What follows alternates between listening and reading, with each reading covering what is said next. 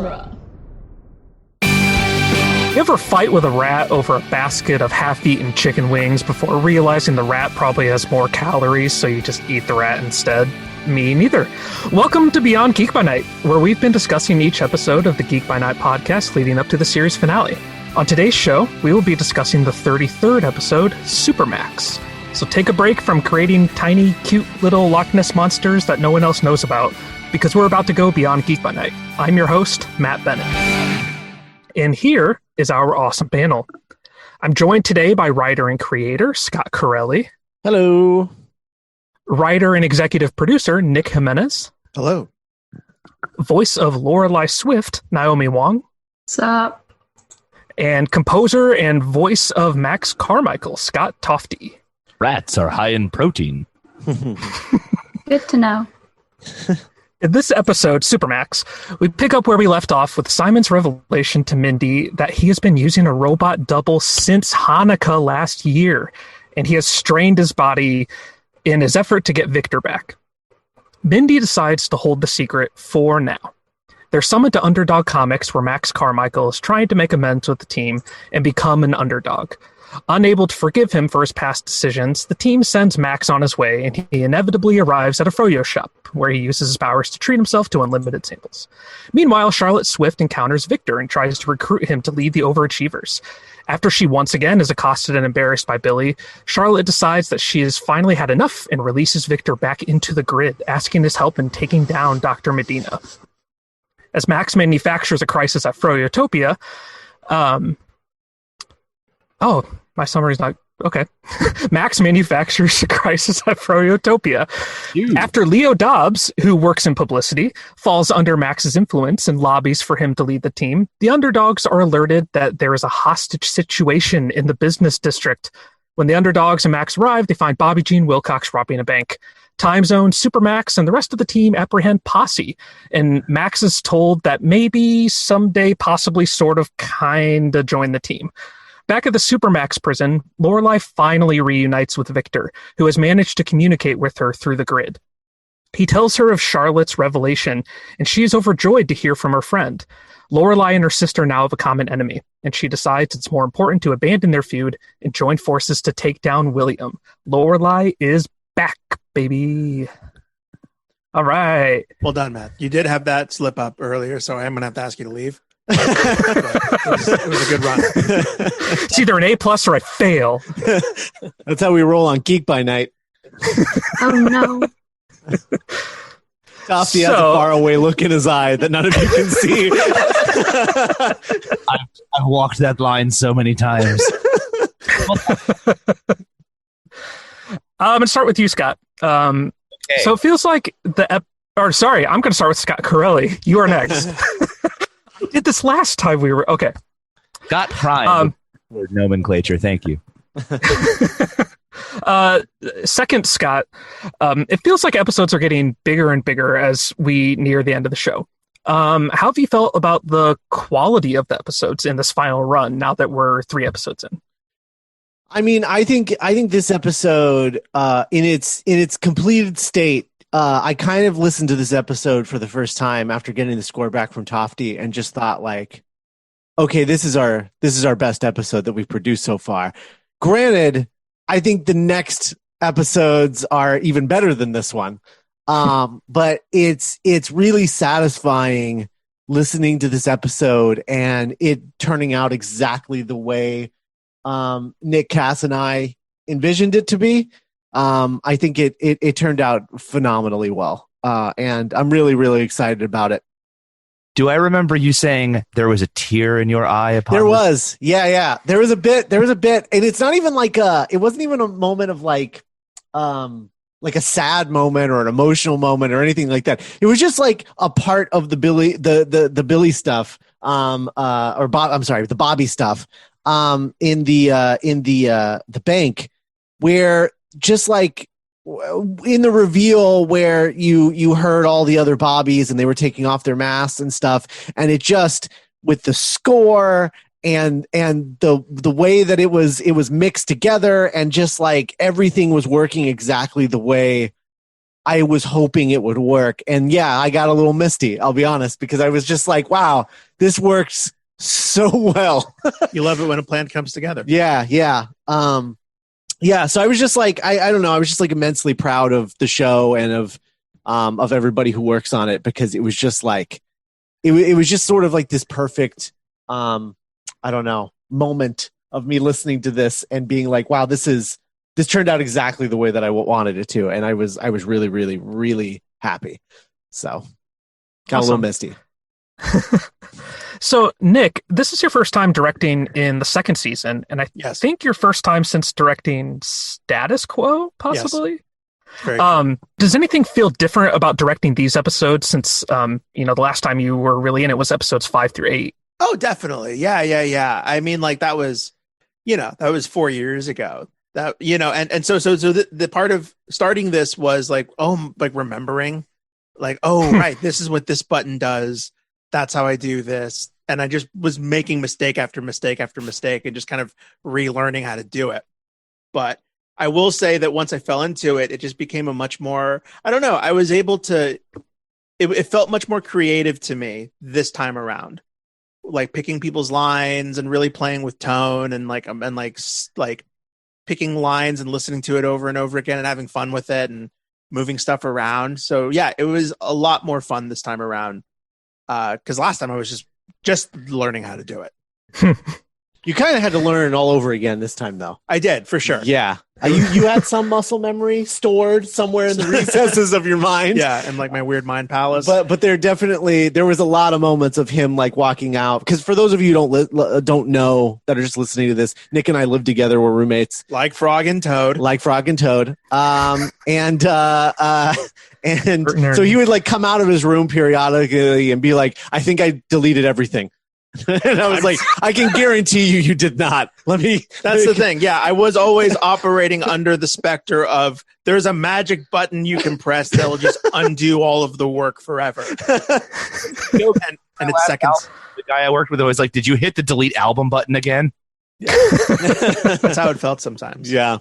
But yeah, no, I mean, I think Nick's direction in this episode is really, really stellar. I think, this episode, when we broke it, it was interesting because I would say Nick was involved in the breaking, and then something happened where I went to go outline it and it wasn't working right.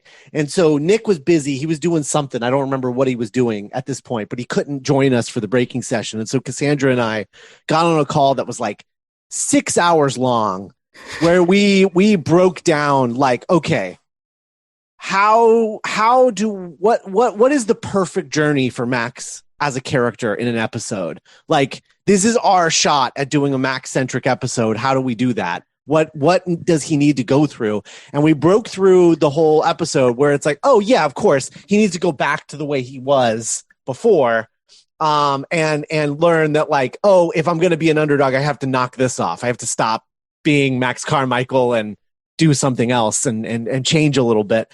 And coming up with that, we outlined the whole thing. And I gave it to Nick because Nick always does the first draft of like most of the episodes of the season.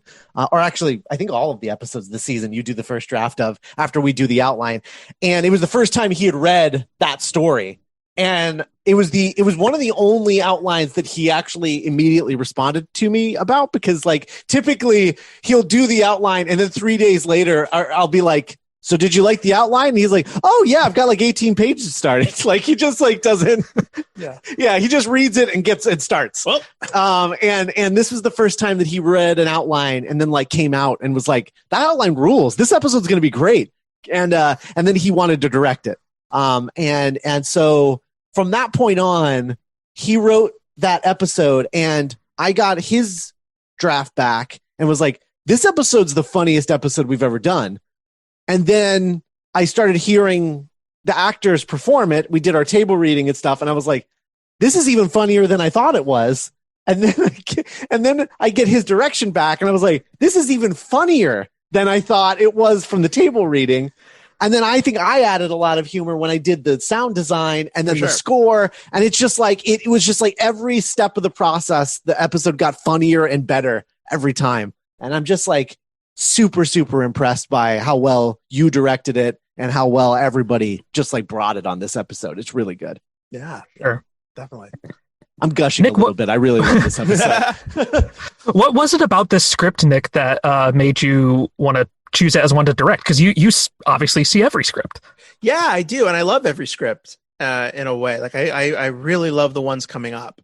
They're so crazy and fun. But so this one, so I had this moment when I was directing it, and because directing, you're just really like laying the lines down. You're kind of making the spine, and I had this moment where I was like, oh my gosh, I'm making a really long episode because it's like 50 minutes. I'm making a really long episode of SpongeBob or like The Simpsons. I feel like I'm making an episode of The Simpsons because like McKitty City is much more of a character in this story where like in the way that like a random fish in Bikini Bottom will just have a personality and you're like, oh, that's interesting, you know? And so I don't know, the episode has like a sense of fun and it really, All right, redemption time, Kyle. yeah. And I just found myself like going on those little flights of like, and like all three of us kind of going on those little weird little flights. But then also it's like a really emotional episode. It opens with like one of my favorite scenes of the show, which is just like Morgan and Andrew just getting to like be in a room with each other for a few minutes and just kind of be emotional. But then also it goes to these big, crazy comedy places. It's a really weird episode. I really like too, because we have the revelation of Robot Simon. Now we can lean into Robot Simon a little bit more. He's a moron. And everyone's terrible at noticing. which just added to the humor in this episode, I think. I love the Robot Simon jokes. I think they're so dumb. No, he's great. And we keep throughout the season trying to one up ourselves now with like Robot Simon situations. Yeah. But yeah, and then Naomi's so terrific in this episode. We were so excited about getting to finally tell this Lorelei story that we've had in our heads for so long. It was really cool getting to see. This episode title has been in my head since halfway through last season. Like I knew very early on that I wanted Lorelei to go to prison at some point. Because I thought like the idea of Lorelei breaking out of prison tickled me. And I also knew I wanted to do a Max centric episode. And so for the longest time, I didn't know what the episode was, but I knew at some point I wanted to cross those threads and have an episode called Super Max that doubled about, Max trying to redeem himself and Lorelei being in prison. And it finally happened with this episode. And I'm so happy with how it turned out. Yeah. So, Tofte, let's talk Max. There's a lot of Max in this episode. Almost maximum. Maximum Max, yes. So just getting started off talking about like Max's character this season, were you surprised to see Max's redemption arc? No, I wasn't. I was pleasantly excited that it happened. And I mean, I've been in this character for a long time, and I've throughout the 30 years that I've been on Geek by Night, I've sort of talked Carelli behind the scenes now and again, and he has always let me know that there's more coming with Max. There's something else. There's more than meets the eye, and I've always played him as a bumbling buffoon who is going to be redeemed at some point. I've always wanted him. I think I wrote a spec script 8 years ago or whatever when we were doing the first season where I kind of like hinted at a Max turn, like he could be a good. I've always wanted it. I don't know if I ever thought it was actually going to really happen, but I've always wanted it. I've always wanted to see Max sort of part of the team. So I wasn't surprised when I saw it. I was really happy that it finally happened. Do you think that he deserves a place in the underdogs? I think that I deserve a place in the underdog. Max, probably not so much. I don't think character-wise he's really done anything to warrant it, because he is pretty much the most selfish character in the entire show, bar none. So no, I don't think he deserves a spot. I think it speaks to the moral compass of the underdogs that they're kind of giving him a shot. Whether it's going to bite him in the ass, I don't know. I don't know what's coming, but Yeah, I don't think he deserves any special treatment. No, he's a jerk. Not yet, anyway. No, he hasn't done anything to earn it yet. He basically just like got, outsmarted by Billy and was like, well, I guess I'm a good guy now. This life path is now over. I might as well try the other thing I've seen. Obviously, as well as playing Max Carmichael, you also composed the score for the show. And the score in this episode is huge and awesome. And I noticed that there's some really interesting variations on a theme, because by this point, Max has a theme. The underdogs have a theme. Like there's kind of that musical vocabulary that we've established over 33 episodes. Do you experiment a lot with the score, like trying different things, or is it pretty clear what a scene's going to require when you first start? A couple of things. That musical vocabulary is super cool because a lot of the music is just reused from past episodes, which is awesome. And then this year, something really fun has happened and helpful is that Carelli now puts down a Google Doc of like, this is the scene, this is what we want the score to kind of be. Here's an idea I have, musical idea, but he'll talk me through what he thinks should be happening musically. He's like, maybe a Max theme, maybe a variation on this, which we didn't have in season 1. I kind of just did everything on my own, and thankfully he liked a lot of it. So this time we're definitely going in with much more of a structured approach to it. And we have this library of music where there is like a Max theme, there is an Underdogs theme, except I don't know how to play any of them anymore. So I literally have to relearn how to do all of them, which has led to some of the interesting variations that we've heard. Some of those variations are very intentional. Like he came at me in this episode and he's like, there's, I don't remember which scene it is. I think it's the scene where Max is like pitching himself to the underdogs.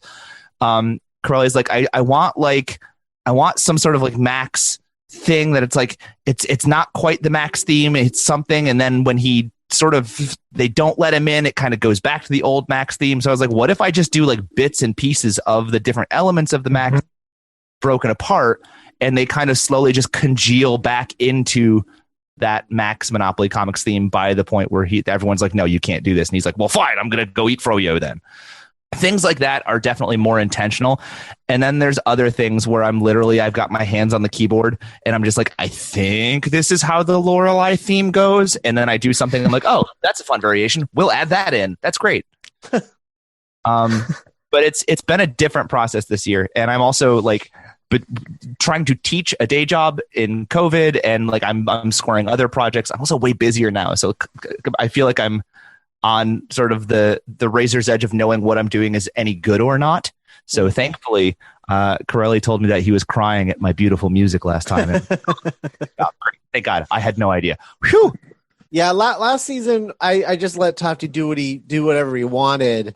But I think we still, like, early on kind of like figured out what the sound of the show was, because in the first episodes, in the earliest releases, you were doing like a sitcom score.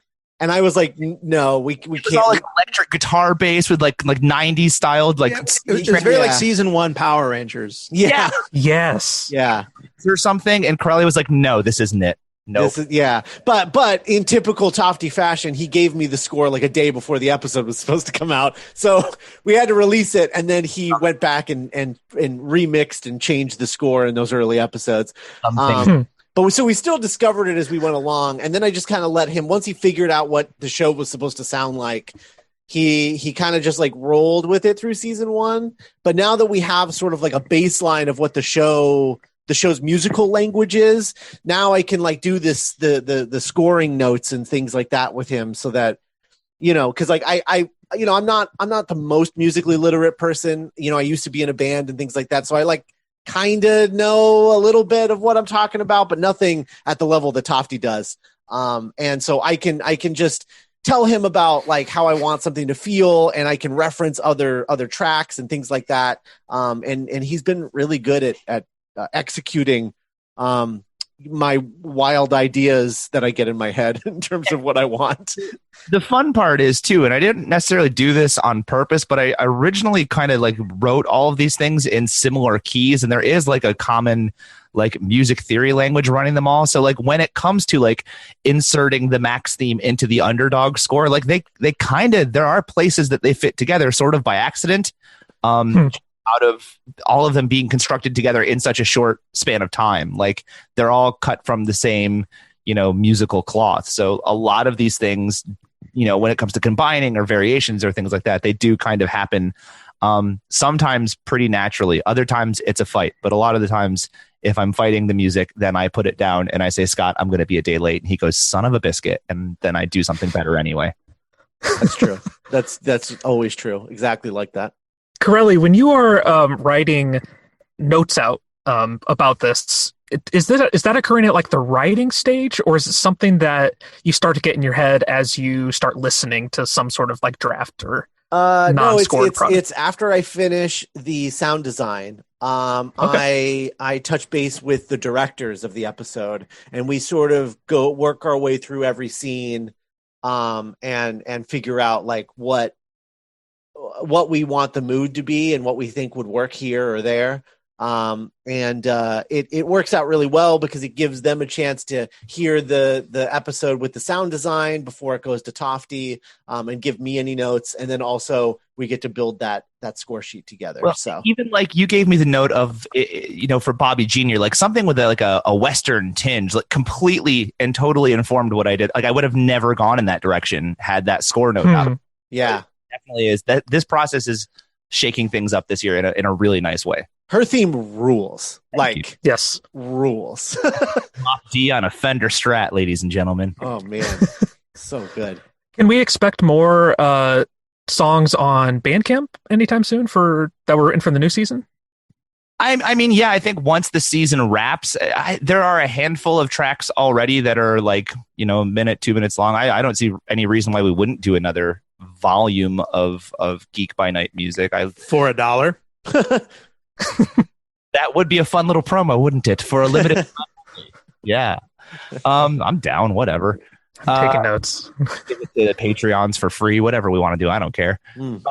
But yeah, definitely. I think the music for this show is really interesting. I'm really proud of a lot of it. I'm not so proud of some of it, but most of it I'm really proud of. And I'm excited for people to hear it. I think that if you're vacuuming your house on a Sunday, why not listen to the Lorelei Swift theme? You'll be done in no time. It's just motivating. You can hatch evil plans while you Swiffer. That brings me to Naomi. Let's talk about Lorelei. Oh. She is definitely going through some inner turmoil now that she is locked away in her own cells, and we're seeing a side of her that we don't normally get to. Is it more difficult for you to do emotional scenes like this, or are you comfortable enough with Lorelei as a character at this point that it's just kind of par for the course, normal? To be honest, I really enjoy doing the emotional stuff. I think one of my favorite episodes last season was Ghost Story because I got to stretch those muscles a bit. Plus, we're recording this all in 2020, and it's fairly relatable to me as someone who's been living alone the entire time. So it's sort of, slightly method, but not by choice. Right. So there's only 7 episodes left in the entire series after Supermax. Are you going to miss playing Lorelei? Mostly, yes. I'm not necessarily going to miss being given technobabble that I need to say at 60 miles per hour in a Scottish accent. I'll be glad to never apologize not do. for it because you're so goddamn good at it. Well, you say that as someone who's not Scottish. I have Scottish friends, and I'm so scared that they will listen to it and then be like, what is this? Yeah. This is fine. It's fine. It's fun. Have you from your Scottish friends about this? I said, have you gotten feedback from your Scottish friends about this? I got feedback from one Scottish friend a couple of years ago who said that, I don't think he listened to the full thing. I think he listened to my demo, which was, cherry picked. But he said, was like, oh, it's pretty decent. I'm like, good. Because I cherry picked that scene. So I got to ask, the Papa Roach song, was that your choice, Naomi? Was it written in the script? Oh, Scott is pointing at Nick. That one was in the script. I think the only song that I contributed myself was like one of not my entrance, but like my entrance to the first full episode I was in. Yeah. When I ad-libbed a little bit and it just happened to make it. This was definitely so tempted to write a heavy metal version of the Lorelei Swift theme in there. The guitar in my hands, I'm like, can't, two on the nose, can't do it. So close. Not yet. She hasn't earned it yet. You know, obviously there's a lot to talk about in this episode, and actually at 51 minutes, this is the longest episode of the show so far. Scott and Nick, do you write episodes with a length in mind? And then sure we do, and then we keep it in mind as we go right past it. Oh, we're thinking about it the whole time. Yeah. Is it always longer than you expect it to be? Yeah. And then it's interesting because The New Normal and Genius Boy were originally one episode, and then we were like, woof, and then we cut that in half. And that one benefited because it had two distinctive stories. Absolutely, it benefited. Yeah. I think it was 100% the right decision. But as a result, retroactively, Supermax becomes this this one's like 53 minutes. It's like a behemoth. It's a behemoth. Yeah. And I remember being like, oh boy, I hope it doesn't drag. Are they going to be exhausted by the time we get to Bobby Jean? Like, guys, come on. And I think everything to do with Scott's music and post-production had everything to do with, hopefully that episode whizzed by for me listening to it. Oh yeah. I didn't know how long it was until I was done and went back to check it. Because that's a long time to like sit still. Like I wouldn't be opposed to people like pausing and like going to make some tea or something about like 30 minutes. Yeah. I mean, if I wasn't so dead set on this season being 10 episodes, I might have split this up. There's a place where you could have split it up.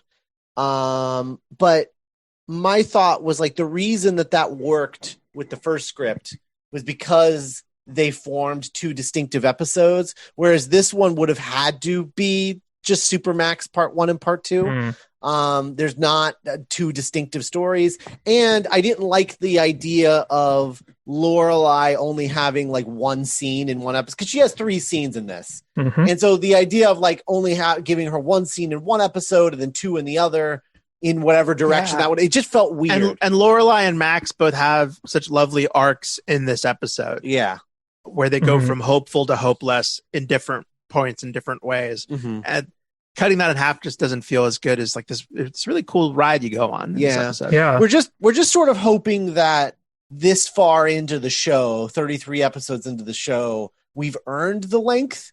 And if I'm wrong about that, let me know. And when this is all through, maybe I'll find edit points in these episodes and go ahead and split them up just to keep them all smaller and more bite-sized. But I personally think that's a narrative mistake. I'm not into that idea personally. But I also don't want, if people are opposed to 50-minute episodes. I'll say that we're definitely not super interested in going that much longer.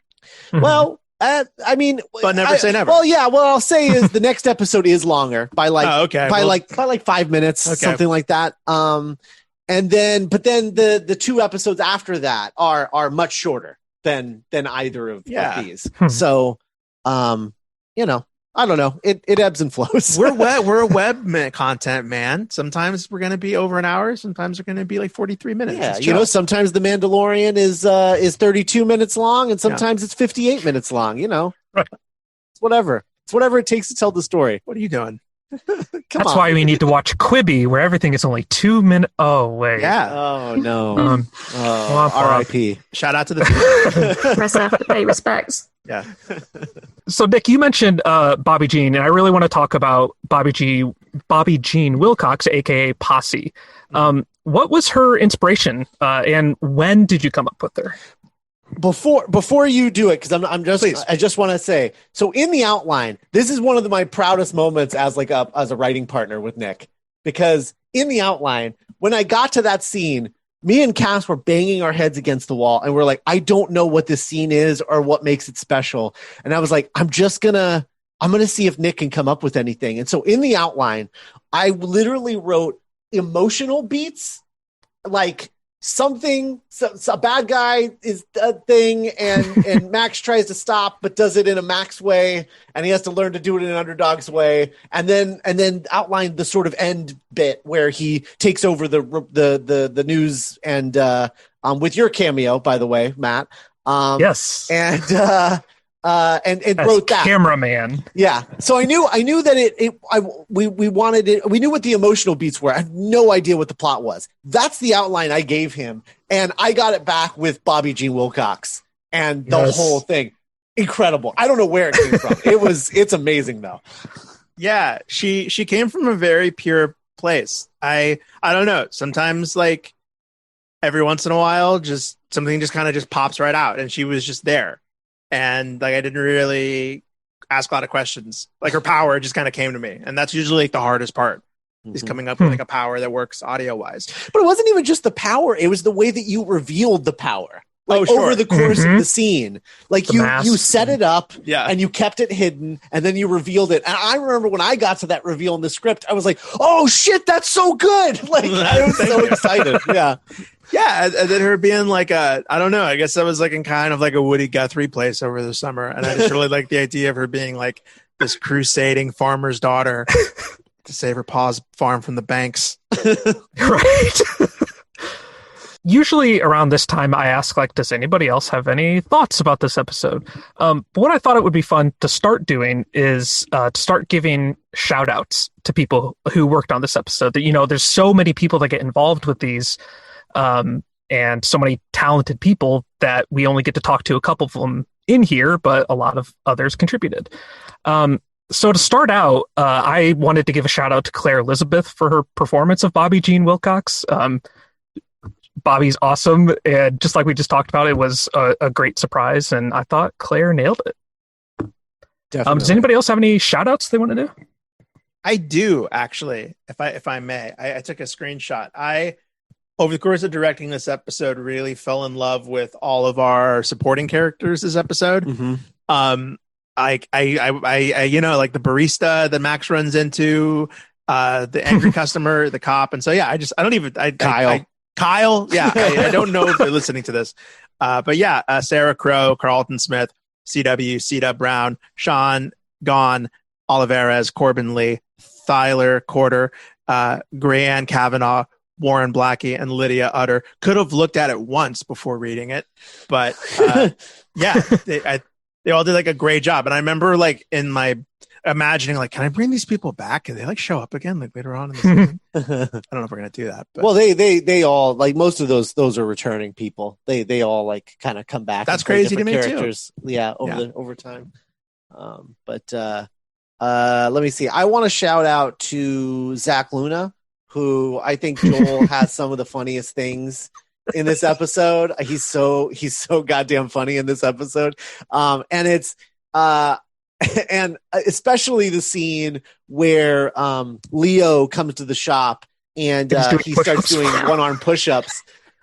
Zach was actually doing push-ups, like just like slightly off away from the mic, just doing push-ups and just like making grunting noises the whole time. And as soon as I heard it, I knew that I had to honor it. I knew that I couldn't. Oh yeah, it goes for like a minute. I was just dying. I had to honor this work, and so it became. And then thankfully, it was just the right amount of. It was just small enough that it doesn't overpower the scene. Yeah. Oh man, it's amazing. Zach was so good in this episode. We have him do push-ups in the table read. I feel like he did. I know he wasn't in the table. He wasn't. I don't think he was there. He probably would have. He probably I really, really have always appreciated the work of Aurora Mills, Emily. Done a great job, and I thought it was a really interesting way to do it this time under Max's mind spell. Like it's not a big part, but every time Aurora comes on to deliver the McKinney City news, she just kills it, and I just feel like that deserves some recognition. Like she plays a reporter so well, but then she also plays a brainwashed reporter really well. Yeah. It's like, especially good considering I don't know if she actually listens to the show or not. So like I don't know if she even knows the context of what's happening. She's just performing these lines as she's told. Does it so well. So yeah, I agree with that for sure.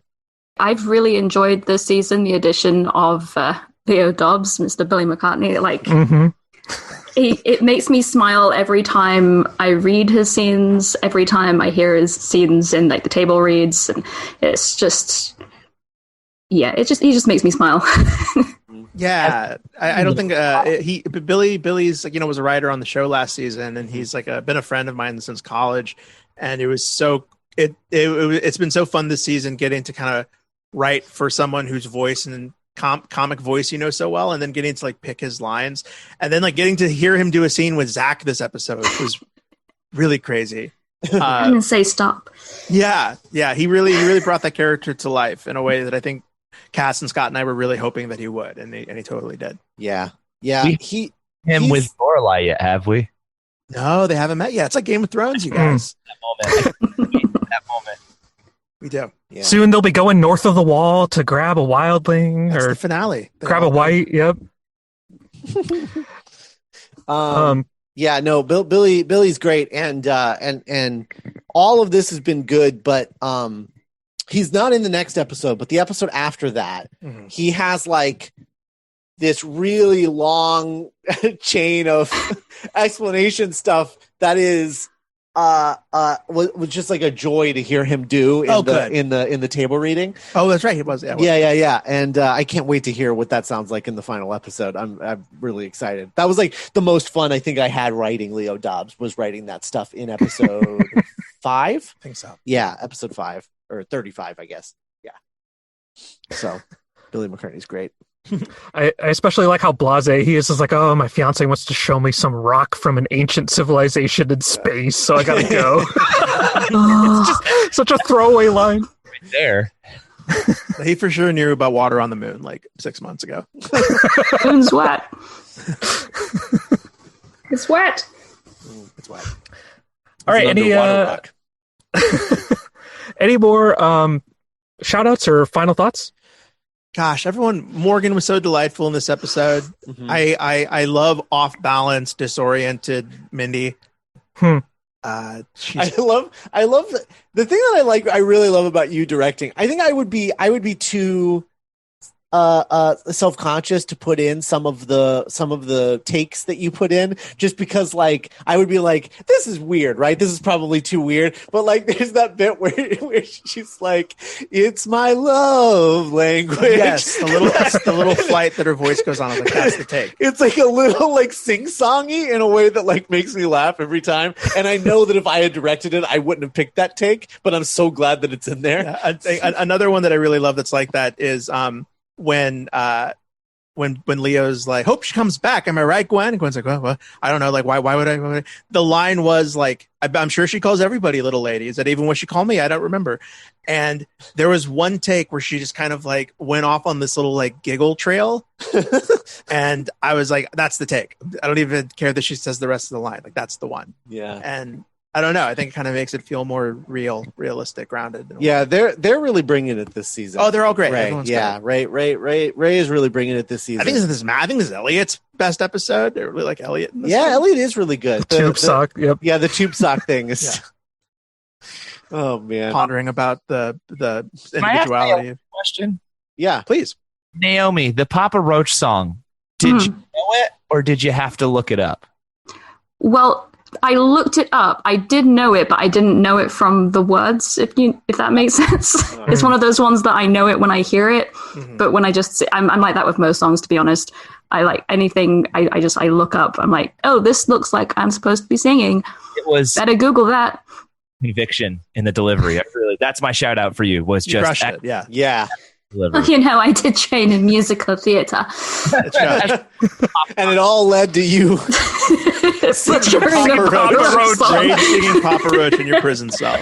I will say I did it purposefully not well. I want to put that out there. Lorelei Swift cannot sing. But Naomi Wong That's can. true. Is it difficult to sing badly when you can sing well? Yes. I only sing badly. Right? That's my normal. I want to be clear, by the look on her face, she never would have said any other answer, but yes, it is difficult. Well, because you want it to sound like you're not trying to sound bad, because otherwise you get, not to call anyone specific. I suppose it's similar, but you get like, there's like a specific episode of Glee where a certain character has laryngitis, and the way she's singing, I'm like, that's not how someone who has laryngitis or who can't sing would sing. That's someone who can sing pretending to sing badly, and it's very obvious. Whereas the best version of people who can singing badly, to me, is Sister Act, before they get their act together. Amazing bad singing. Sorry, I'll get off my little soapbox. Oh, that's good. That's awesome. I'm enjoying this. You and I to Whoopi. I also remember like Felicia Day had to kind of downplay her voice for Dr. Horrible because like Penny, the character, wouldn't have like, just be a bit more meek. Yeah. True. All right. I didn't mean to make everyone think about Dr. Horrible. No, it's all good. Down. Dr. Horrible. All right. What? Oh, I said simpler times. A long time All right. ago. That was what? 2008? Yeah, Probably. something like that. That sounds summer. right. Yeah. They put it online. It was like season 3 of Supernatural, which came out in 2005. So yes. It's a weird connection to make. Well, because Is it was such a everything in short your life season. punctuated by supernatural seasons? Not always by Supernatural, just Oh, TV right, in because general. it was the It's- writer's strike. I see what Yeah. you did. Okay, I gotcha. That's why. Everybody's Okay, short I'm season. following the Yep. logic trail. I see. One day I'm going to sit my kids down and tell them about the WGA writer's strike. Now it changed all of our Hulu's lives. fault. All right. I want to say thank you again to my guests, Scott, decide amongst yourselves who is who, Nick, Naomi, for joining me today. And thank you to all of you, the fans, the underdogs, for listening today. If you'd like to support the show, please join the Dueling Genre Patreon at duelinggenre.com/support. You'll also get access to classic Geek by Night episodes, scripts, and other behind-the-scenes materials, as well as bonus content from some of Dueling Genre's best shows. You can also tell your friends, families, and followers to subscribe to Geek by Night on iTunes, Spotify, Stitcher, or wherever you're listening to this now. And stay tuned for the next episode on November 15th, The Blind Spot. Thanks for going beyond Geek by Night with us. Have a super day.